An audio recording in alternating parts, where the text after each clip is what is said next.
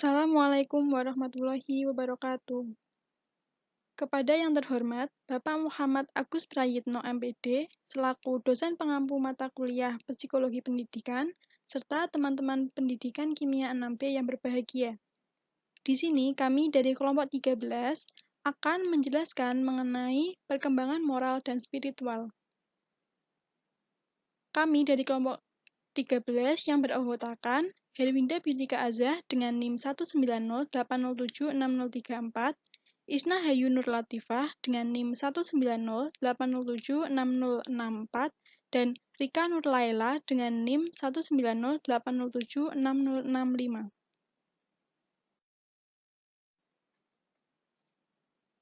Untuk pokok bahasan yang akan kami bahas pada makalah ini, yang pertama yaitu pengertian perkembangan moral dan spiritual. Yang kedua, aspek-aspek kecerdasan moral dan spiritual. Yang ketiga, tahapan perkembangan moral dan spiritual. Dan yang keempat, faktor-faktor yang mempengaruhi moral dan spiritual. Pembahasan yang pertama yaitu pengertian perkembangan moral dan spiritual.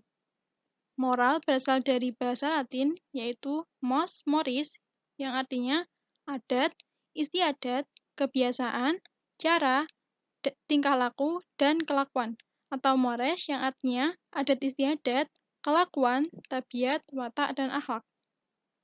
Moral didefinisikan sebagai tingkah laku manusia yang berdasarkan atas baik buruk dengan landasan nilai dan norma yang berlaku dalam masyarakat. Suatu tindakan dianggap bermoral atau tidak tergantung pada adat istiadat dan kesepakatan yang berlaku di daerah tersebut. Dalam pendidikan, moral merupakan kebutuhan yang sangat penting bagi peserta didik. Dikarenakan, moral dijadikan sebagai pedoman untuk menemukan identitas dirinya dan mengembangkan hubungan personal yang harmonis. Dalam Al-Quran, terkandung berbagai kisah yang dapat dijadikan sebagai pedoman dan petunjuk manusia untuk senantiasa berbuat baik dan bermoral.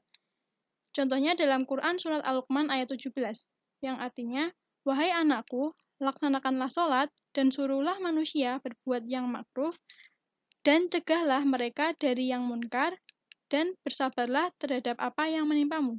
Sesungguhnya yang demikian itu termasuk perkara yang penting." Dari ayat tersebut dijelaskan bahwa seluruh manusia memiliki kewajiban dalam menyebarkan dan mengajarkan kebaikan agar tidak ada perbuatan buruk di bumi. Begitu pula dalam pendidikan, baik orang tua maupun semua pihak yang terlibat memiliki kewajiban yang sama untuk mengajarkan dan menanamkan nilai moral pada peserta didik. Nah, untuk pengertian perkembangan moral yaitu perkembangan yang berkaitan dengan aturan dan konvensi mengenai apa yang harus dilakukan oleh manusia dalam interaksinya dengan orang lain. Kemudian yaitu pengertian dari spiritual. Spiritual berasal dari kata spirit yang berarti roh. Kata ini juga berasal dari bahasa Latin yaitu spiritus yang berarti bernafas. Spiritus juga mengandung arti alkohol yang dimurnikan. Dengan demikian, spiritual merupakan segala sesuatu yang murni atau segala sesuatu di luar tubuh, fisik kita, termasuk pikiran, perasaan, dan karakter kita. Nah, kecerdasan spiritual merupakan sumber dari kebijakan dan kesadaran akan nilai-nilai dan makna hidup, serta kemungkinan secara kreatif menemukan dan mengembangkan nilai-nilai, makna baru dalam kehidupan individu.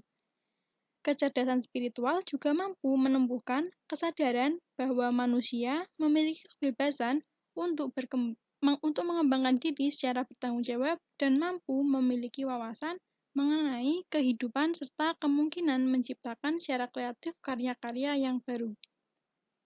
Pedoman utama pendidikan berbasis spiritual yaitu Al-Quran dan Hadis. Aspek-aspek kecerdasan moral dan spiritual. Lencik dan Kiel tahun 2005 mengemukakan 4 aspek dari kecerdasan moral yang tidak dapat dipisahkan satu sama lain, yaitu yang pertama integritas, kedua tanggung jawab, ketiga perasaan hibah, dan keempat pemaaf. Aspek-aspek perkembangan spiritual yang dikemukakan oleh Zohar dan Marshall pada tahun 2007 antara lain yang pertama kemampuan bersifat fleksibel, yang kedua memiliki integritas dalam membawakan visi dan nilai pada orang lain, yang ketiga ikhlas dan tawakal dalam menghadapi cobaan, yang kelima yaitu tingkat kesadaran tinggi dan kualitas hidup yang dipahami oleh visi dan misi, dan yang keenam berpikir secara holistik, dan ketujuh tawadu atau rendah hati. Tahapan perkembangan moral dan spiritual. Menurut Kohlberg, tahapan-tahapan perkembangan moral yaitu yang pertama tingkat prakonvensional. Tingkatan ini dapat dibagi menjadi dua tahap, yaitu yang pertama tahap orientasi hukuman atau kepatuhan, yang kedua tahap orientasi relativis dan instrumental. Kemudian tingkat konvensional. Tingkatan ini juga memiliki dua tahapan antara lain, yaitu yang pertama tahapan orientasi kesepakatan antar pribadi atau orientasi laki-laki atau gadis baik, kemudian tahapan orientasi aturan dan ketertiban. Kemudian yang ketiga tingkat pasca konvensional atau otonom atau berlandaskan prinsip. Di sini juga ada dua tahapan, yaitu tahap orientasi kontrak sosial legalitas, yang kedua tahap orientasi prinsip etika universal. James Flower dalam Desmita tahun 2015 membagi tahapan kehidupan menjadi 7 tahapan perkembangan spiritual, yaitu yang pertama tahap primavat, yaitu pada umur 0 sampai 2 tahun, kemudian yang kedua tahap intuitif atau projektif pada umur 2 sampai 7 tahun, kemudian yang ketiga tahap mitik atau literal fight, yaitu pada umur 7 sampai 3 tahun, yang keempat tahapan sintenik atau konvensional fight pada umur 12 hingga akhir masa remaja atau awal masa dewasa. Kemudian yang kelima tahap individuatif atau reflective fight, yaitu pada umur 19 tahun atau pada masa dewasa awal. Kemudian yang keenam tahap konjuktif atau fight pada umur 30 tahun sampai masa dewasa akhir, dan yang ketujuh atau tahap terakhir yaitu tahap universalizing fight atau usia lanjut. Nah, selanjutnya kita akan membahas tentang faktor yang mempengaruhi perkembangan moral dan spiritual. Faktor yang berpengaruh terhadap perkembangan moral dan spiritual suatu individu mencakup aspek psikologi, sosial, budaya, fisik kebendaan, baik yang terdapat dalam lingkungan keluarga, sekolah, maupun masyarakat. Berbagai aspek perkembangan, baik moral maupun spiritual pada peserta didik dipengaruhi oleh interaksi atau gabungan dari pengaruh internal dan faktor eksternal. Faktor-faktor yang mempengaruhi perkembangan moral dan spiritual diantaranya yaitu yang pertama ada lingkungan keluarga. Lingkungan keluarga ini biasanya berupa tingkah laku seseorang yang berasal dari bawaan ajaran orang tuanya, karena keluarga merupakan lingkungan pertama perkembangan moral dan spiritual.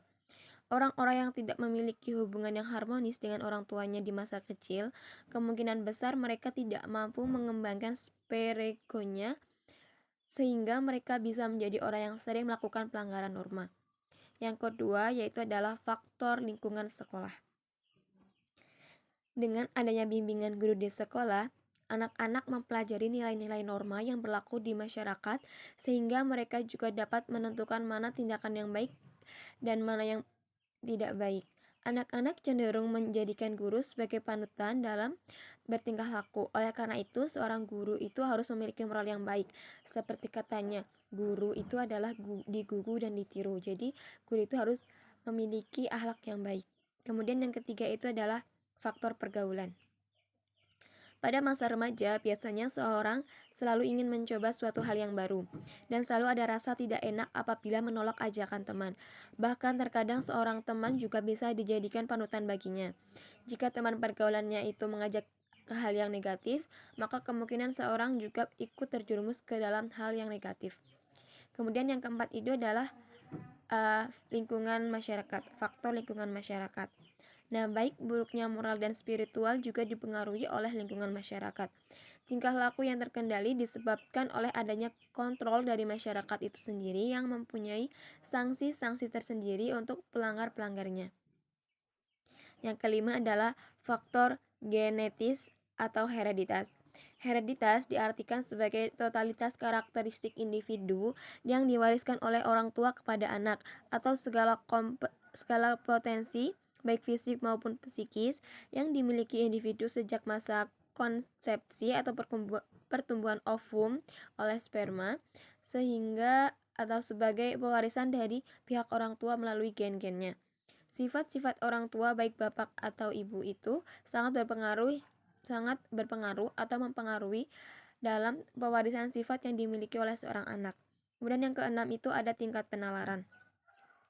Tingkat penalaran ini mempengaruhi perkembangan moral dan spiritual, di mana makin tinggi tingkat penalaran seorang, makin tinggi pula tingkat moral seseorang. Selanjutnya yaitu adalah teknologi. Di zaman sekarang, peserta didik sebagai generasi milenial menggunakan teknologi untuk belajar maupun hiburan. Contoh, internet memiliki fasilitas yang menawarkan berbagai informasi yang dapat diakses secara langsung yang memiliki sisi positif dan negatif. Nilai positifnya, ketika peserta didik mencari bahan pelajaran yang mereka butuhkan, mereka dapat mengaksesnya dari internet. Namun, internet juga memiliki nilai negatif seperti tersedianya situs porno yang dapat merusak moral. Apalagi peserta didik yang berada pada masa remaja, mereka memiliki rasa keingintahuan yang besar yang sangat rentan terhadap informasi seperti itu. Nah, mungkin cukup sekian presentasi dari kelompok kami. Apabila ada salah kata mohon dimaafkan. Untuk pertanyaannya bisa dilanjut oleh moderator. Assalamualaikum warahmatullahi wabarakatuh.